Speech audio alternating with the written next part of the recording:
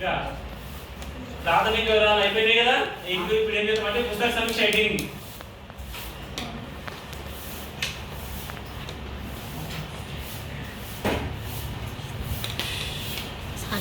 ఇది first page లో editing రావాలి. పుస్తక సమీక్ష ఓకేనా? Okay sir.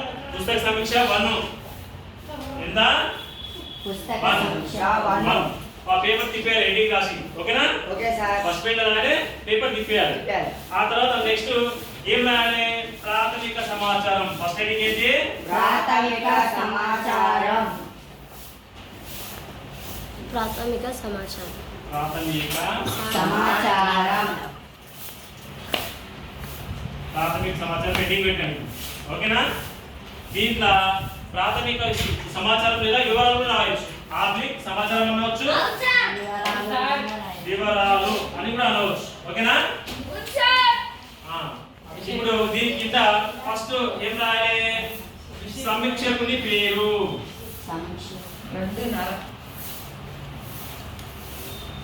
సమీక్షకుని పేరు. సమీక్షకుడు ఎవరు ఇందులో? నేను సార్. మీరు గత రాష్ట్రంలో గత సమీక్షిస్తున్నారు కదా, ఇక్కడ మీ పేరు రాసుకోవాలి. రెండవది సమీక్షించిన తేదీ.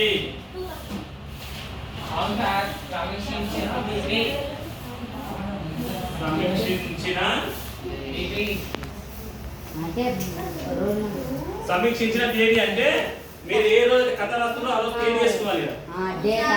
ఎగ్జాంపుల్ ఈరోజు రాస్తున్నాం అనుకో, ఈరోజు ఎంత? 14/7/25 లేదా ఆ రోజు ఏ రోజు ఉంటే ఆ రోజు డేట్ వేసుకున్నారు. ఓకేనా? ఆ తర్వాత మూడవది తరగతి. మీరు ఏ తరగతి?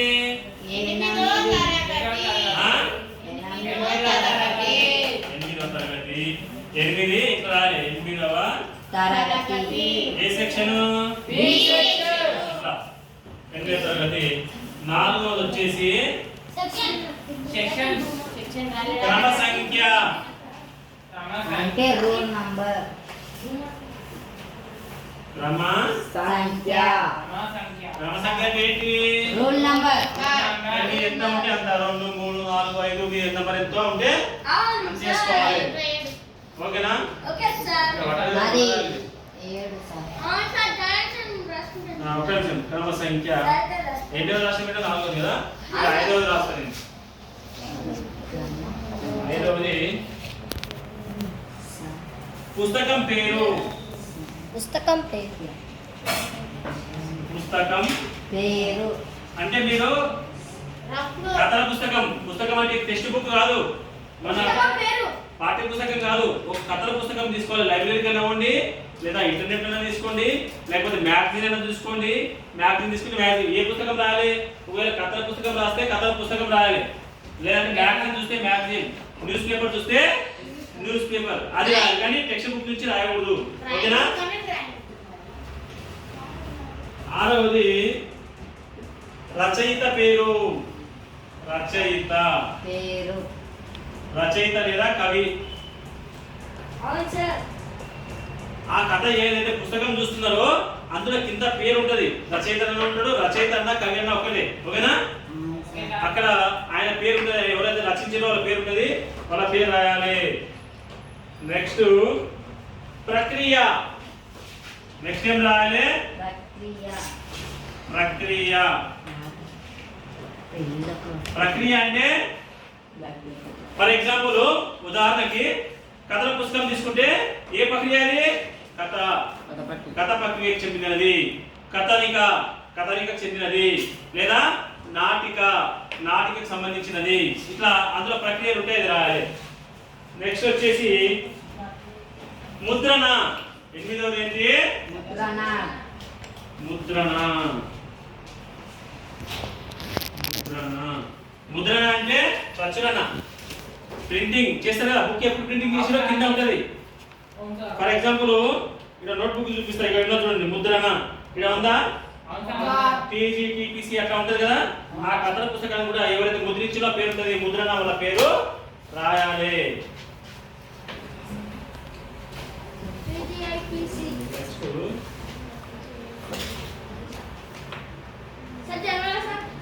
నిమిషం కంటిన్యూ. పేజీల సంఖ్య నెక్స్ట్. పేజీలో సంఖ్య. అంటే ఆ బుక్ లో పేపర్లో ఉండే పేపర్. ఆ బుక్ లో ఎన్ని పేజీలు ఉన్నాయో అవును సార్. సంఖ్య. పేజీల పేజీల సంఖ్య అంటే అందులో 100 పేజీలు ఉన్నాయా, 50 పేజీలు ఉన్నాయా, 40 ఉన్నాయా అవి రాయాలి. పేజీలు ఉన్నాయి. ఇగో 2 పేజీలు ఉన్నాయి సార్. ఇంకోటి అసలైనది కథ పేరు. మీరు ఏ కథ రాస్తున్నారో కథ పేరు ఏం రాయాలి? కథ పేరు. కథ పేరు లేదా నాటిక పేరు ఏదైనా ఉండొచ్చు. మీరు ఆ కథ పుస్తకంలోకి వెళ్ళి ఏ కథ రాస్తున్నారో ఆ కథ పేరు రాయాలి. ఇది ప్రాథమిక వివరాలు. ఎన్ని అంశాలు వచ్చినాయి? 10. 1 2 3 4 5 6 7 8 9 10. రాసుకున్నారా ఇవి అందరూ? రాసుకురా? ఓకే. సార్ అయిపోయింది. జస్ట్ అక్కడ కూర్చొని ఇంకా కంటిన్యూ. కంటిన్యూ.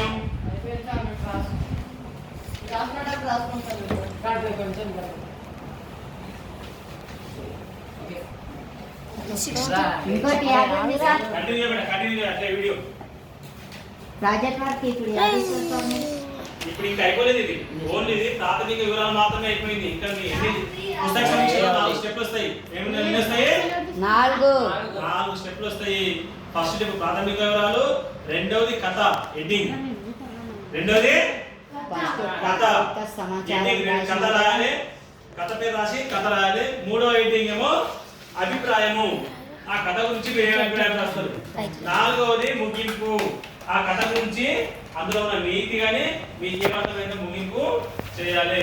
ఇది పుస్తక సమీక్షకు సంబంధించి.